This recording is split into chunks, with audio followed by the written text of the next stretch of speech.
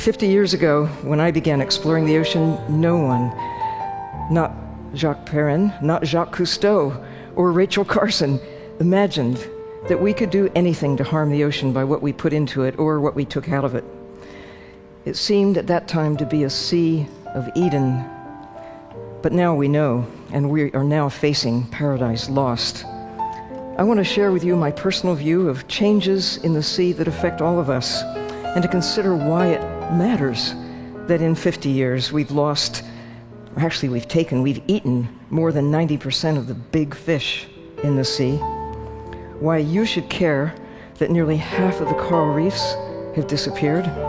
Why a mysterious depletion of oxygen in large areas of the Pacific should concern not only the creatures that are dying, but it really should concern you. It does concern you as well. I'm haunted by the thought of what Ray Anderson calls tomorrow's child, asking why we didn't do something on our watch to save sharks and bluefin tuna and squids and coral reefs and the living ocean while there still was time.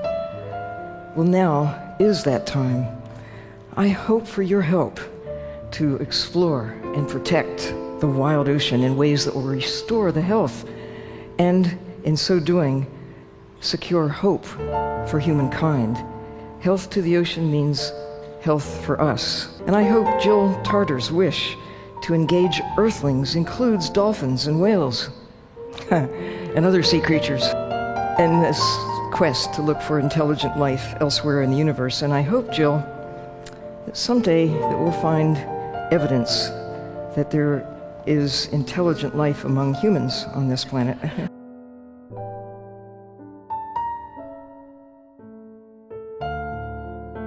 The poet Auden said, "Thousands have lived without love, none without water."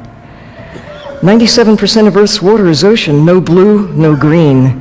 If you think the ocean isn't important, imagine Earth without it. Mars comes to mind. No ocean, no life support system.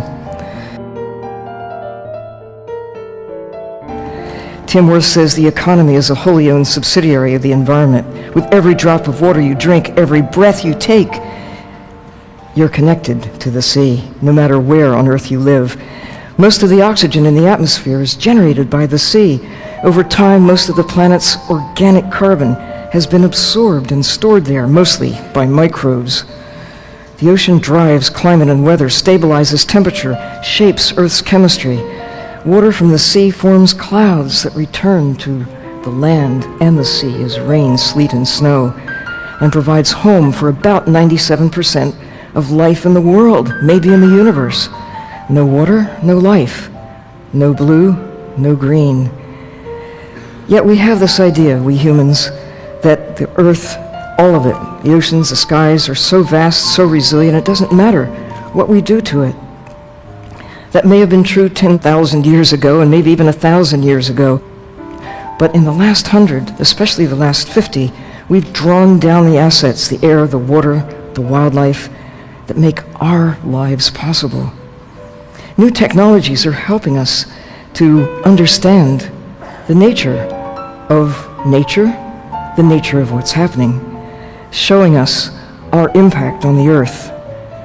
I mean, first you have to know that you've got a problem. And fortunately, in our time, we've learned more about the problems than in all preceding history. And with knowing comes caring. With caring, there's hope that we can find an enduring place for ourselves within the natural systems that support us. But first, we have to know. Excess carbon dioxide is not only driving global warming, it's also changing ocean chemistry, making the sea more acidic. That's bad news for coral reefs. And oxygen-producing plankton, also bad news for us. We're putting hundreds of millions of tons of plastic and other trash into the sea, millions of tons of discarded fishing nets, gear that continues to kill. We're clogging the ocean, poisoning the planet's circulatory system, and we're taking out hundreds of millions of tons of wildlife, all carbon-based units. Barbarically, we're killing sharks for shark fin soup. undermining food chains that shape planetary chemistry and drive the carbon cycle, the nitrogen cycle, the oxygen cycle, the water cycle, our life support system. Incredibly, we're still killing bluefin tuna, truly endangered and much more valuable alive than dead. All of these parts are part of our life support system. We kill using long lines with baited hooks every few feet that may stretch for 50 miles or more. Industrial trawlers and draggers are scraping the sea floor like bulldozers, taking everything in their path. Using Google Earth, you can witness trawlers in China, the North Sea, the Gulf of Mexico, shaking the foundation of our life support system, leaving plumes of death in their path.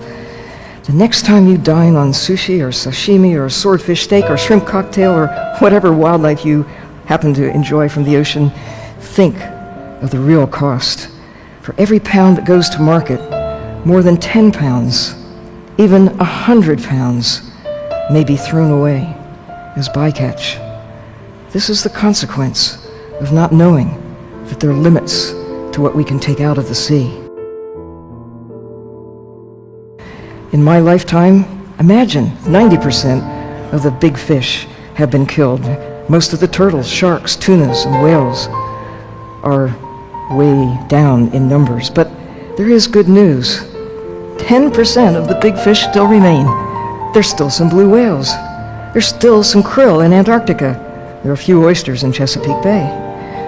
Half the coral reefs are still in pretty good shape, a jeweled belt around the middle of the planet. There's still time, but not a lot, to turn things around. But business as usual means that in 50 years there may be no coral reefs and no commercial fishing because the fish will simply be gone. Imagine the ocean without fish. Imagine what that means to our life support system.